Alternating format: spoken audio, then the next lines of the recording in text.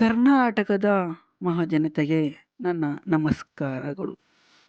ಸ್ನೇಹಿತರೆ, P T Usha ಇವರು P T Usha ಚಿನ್ನದ ಹುಡುಗಿ, ಕೇರಳದವರು, ನಮ್ಮ ದೇಶದ ಕೇರಳ ರಾಜ್ಯದವರು. ಯಾಕೆ ಇವರ ಫೋಟೋ ತೋರಿಸ್ತಾ ಇದ್ದೀವಿ ಅಂತಂದರೆ, ಇವತ್ತು ಏನು ದಿವಸ ಸ್ನೇಹಿತರೆ? ಮೇ 7 ವಿಶ್ವ ಅಥ್ಲೆಟಿಕ್ಸ್ ಡೇ. ವಿಶ್ವ ಅಥ್ಲೆಟಿಕ್ಸ್ ಡೇಯನ್ನು ನಾವು ನಮ್ಮ ದೇಶದಲ್ಲಿ ವಿಶ್ವದಲ್ಲಿ ಆಚರಣೆಯನ್ನು ಮಾಡ್ಕೊಂಡು ಬರ್ತಾ ಇದ್ದೀವಿ. ಇವತ್ತಿನ ದಿವಸ ಅಥ್ಲೆಟಿಕ್ಸ್ ಡೇ. ಸ್ನೇಹಿತರೆ, ವಿಶ್ವ ಅಥ್ಲೆಟಿಕ್ಸ್ನಲ್ಲಿ ದಿನವನ್ನು ಪ್ರಪಂಚದಾದ್ಯಂತ ವಾರ್ಷಿಕವಾಗಿ ಮೇ 7 ಆಚರಿಸಿಕೊಂಡು ಬರ್ತಿದ್ದಾರೆ.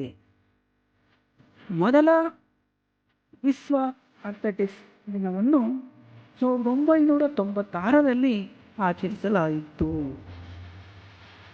ಅಥ್ಲೆಟಿಕ್ಸ್ನಲ್ಲಿ ಯುವಕರ ಭಾಗವಹಿಸುವಿಕೆ ಉತ್ತೇಜಿಸುವುದು ವಿಶ್ವ ಅಥ್ಲೆಟಿಕ್ಸ್ ದಿನವನ್ನು ಇದರ ಮೂಲ ಉದ್ದೇಶವಾಗಿದೆ. ಏಕೆ ನಾವು ಈ ಅಥ್ಲೆಟಿಕ್ಸ್ ಡೇನ ಆಚರಣೆ ಮಾಡಬೇಕು ಅಂತಂದರೆ, ಯುವಕರನ್ನ ಸೆಳಿಬೇಕು, ಗೇಮ್ಸ್ಗೆ ಸೆಳಿಬೇಕು. ಅವರು ಹಲವಾರು ಅಥ್ಲೆಟಿಕ್ಸಲ್ಲಿ ಕ್ರೀಡೆಗಳು ಭಾಗವಹಿಸಬೇಕು ಅಂತ ಹೇಳ್ಬೋದು ಸ್ನೇಹಿತರೆ. ಅವರಿಗೆ ಉತ್ತೇಜನ ಕೊಡಲು ಈ ವಿಶ್ವ ಅಥ್ಲೆಟಿಕ್ಸ್ ಡೇನ ಆಚರಣೆಯನ್ನು ಮಾಡಿಕೊಂಡು ಬರ್ತಿದ್ದಾರೆ ಸ್ನೇಹಿತರೆ. ಪಿ ಟಿ ಉಷಾ ಅವರು ಅವತ್ತಿನ ಕಾಲ ರನ್ನಿಂಗ್ನಲ್ಲಿ ಹೋಗಿ ಚಿನ್ನದ ಹುಡುಗಿ ಎಂದು ಬಿರುದನ್ನು ಪಡೆದಂಥವ್ರು ಯಾರು ಅಂದರೆ ಅದು ನಮ್ಮ ಪಿ ಟಿ ಉಷಾ ಅವರು.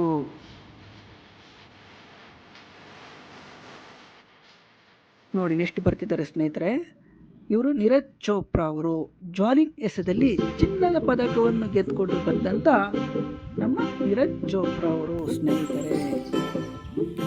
ವಿಶ್ವ ಅಥ್ಲೆಟಿಕ್ಸ್ ದಿನವನ್ನು IAAF ಅಂತಾರಾಷ್ಟ್ರೀಯ ಅಮೆಚೂರ್ ಅಥ್ಲೆಟಿಕ್ಸ್ ಫೆಡರೇಷನ್ ಪ್ರತಿ ವರ್ಷ ಮೇ 7 ಆಚರಿಸಲಾಗುತ್ತಿದೆ ಸ್ನೇಹಿತರೆ.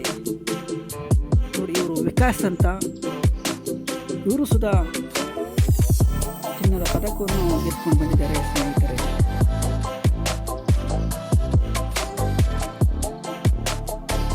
ಮೇ 7 ಆಚರಿಸಲಾಗುತ್ತದೆ. ಈ ದಿನವನ್ನು ಮೊದಲ ಬಾರಿಗೆ 1996ರಲ್ಲಿ ಆಚರಿಸಲಾಯಿತು.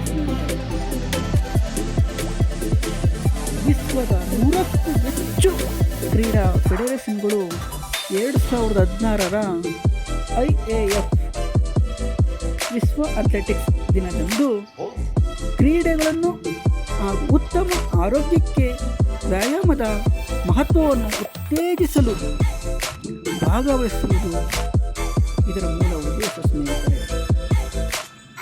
ಏಕೆ ನಾವು ಈ ವಿಶ್ವ ಅಥ್ಲೆಟಿಕ್ಸ್ ದಿನವನ್ನು ಆಚರಣೆ ಮಾಡ್ತೀವಿ ಅಂದರೆ, ಯುವಕರಿಗೆ ಪ್ರಚೋದನೆ ಕೊಡೋದು, ಉತ್ತೇಜನ ಕೊಡುವುದು, ಅವರು ಭಾಗವಹಿಸಬೇಕು, ಅಥ್ಲೆಟಿಕ್ಸಲ್ಲಿ ಗೇಮ್ಸ್ಗಳಲ್ಲಿ ಭಾಗವಹಿಸಬೇಕು. ಹೀಗೆ ನೋಡ್ತಾ ಇದ್ದೀವಿ ನಾವು ಸ್ನೇಹಿತರೆ. ನಮ್ಮ ಶಾಲಾ ಕಾಲೇಜುಗಳಲ್ಲಿ ಪ್ರಾಥಮಿಕ ಹಂತದಿಂದ ಹಿಡಿದು ಅವರಿಗೆ ನಾವು ಗೇಮ್ಸ್ಗಳನ್ನ ಆಡಿಸ್ತೀವಿ ಸ್ನೇಹಿತರೆ.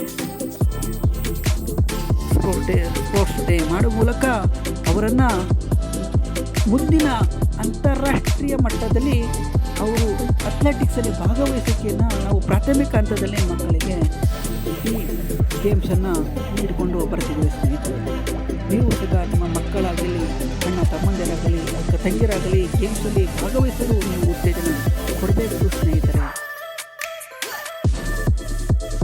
ಇಂಟರ್ನ್ಯಾಷನಲ್ ಅಮೆಚೂರ್ ಅಥ್ಲೆಟಿಕ್ಸ್ ಫೆಡರೇಷನ್ ಎಷ್ಟು ಸ್ಥಾಪನೆ ಆಯಿತು ಅಂದರೆ ಸ್ನೇಹಿತರೆ, IAAF 17 ಜುಲೈ 1912ರಲ್ಲಿ ಸ್ವೀಡನ್ನಲ್ಲಿ ಸ್ಥಾಪನೆ ಆಯಿತು ಸ್ನೇಹಿತರೆ. ನಾವು ಪ್ರತಿ ವರ್ಷ ವಿಶ್ವ ಅಥ್ಲೆಟಿಕ್ಸ್ ದಿನವನ್ನು ಆಚರಣೆ ಮಾಡುವ ಮೂಲಕ ನಾವು ಮಕ್ಕಳಿಗೆ ಉತ್ತೇಜನ ಕೊಡಬೇಕು.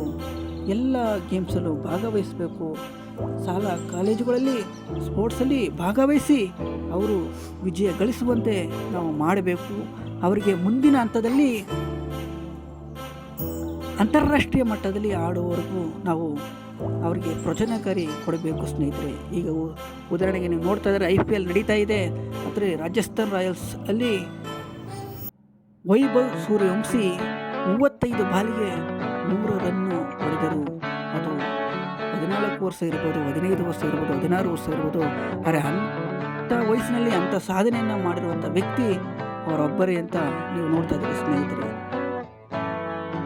ಕ್ರಿಸ್ ಗೇಲ್ ಅವರು 30 ಬಾಲ್ಗೆ 100 ರನ್ ಹೊಡೆದಿದ್ರು. ವೈಭವ್ ಸೂರ್ಯವಂಶಿ 35 ಬಾಲ್ಗೆ 100 ರನ್ ಹೊಡೆದಿದ್ದಾರೆ.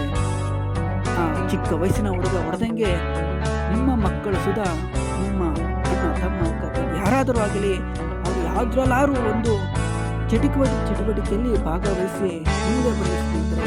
ಮೀರಾಬಾಯಿ ಚಾನು ಅಂತ ಬಸವರಾಜದವರು ಇವರು ಇಲ್ಲಿ ಪದಕವನ್ನು ಎತ್ಕೊಂಡು ಬಂದಿದ್ದಾರೆ ಸ್ನೇಹಿತರೆ. ಮುಂದೆ ನಮ್ಮ ಮಕ್ಕಳು ಭಾಗವಹಿಸಬೇಕು ಅಂದರೆ ಮೊದಲು ಅವರು ಪ್ರಾಥಮಿಕ ಹಂತದಲ್ಲೇ ಸ್ಪೋರ್ಟ್ಸ್ ಗೇಮ್ಗಳಲ್ಲಿ ಭಾಗವಹಿಸಿ ಎದ್ದು ಬನ್ನಿ ಸ್ನೇಹಿತರೆ. ಇವರ ಹೆಸರು ಕರ್ಣ ಮಲ್ಲೇಶ್ವರಿ ಅಂತ ಸ್ನೇಹಿತರೆ. ಇವರು ಸುಧಾ ಅಥ್ಲೆಟಿಕ್ಸಲ್ಲಿ ಭಾಗವಹಿಸಿ ಪದಕಗಳನ್ನು ಗೆದ್ಕೊಂಡು ಬಂದಿದ್ದಾರೆ ಸ್ನೇಹಿತರೆ. ಇದೇ ರೀತಿ ಅಪ್ಡೇಟ್ ಮಾಹಿತಿಗಳನ್ನು ಪಡೆಯಲು ನನ್ನ ಯೂಟ್ಯೂಬ್ ಚಾನಲ್ ಆದ ಶಿವರಾಜ್ ML ಅನ್ನು ಸಬ್ಸ್ಕ್ರೈಬ್ ಮಾಡಿ ಅಂತ ಹೇಳುತ್ತಾ ಎಲ್ಲರಿಗೂ ಧನ್ಯವಾದಗಳು ಸ್ನೇಹಿತರೆ. ಶುಭ ದಿನ.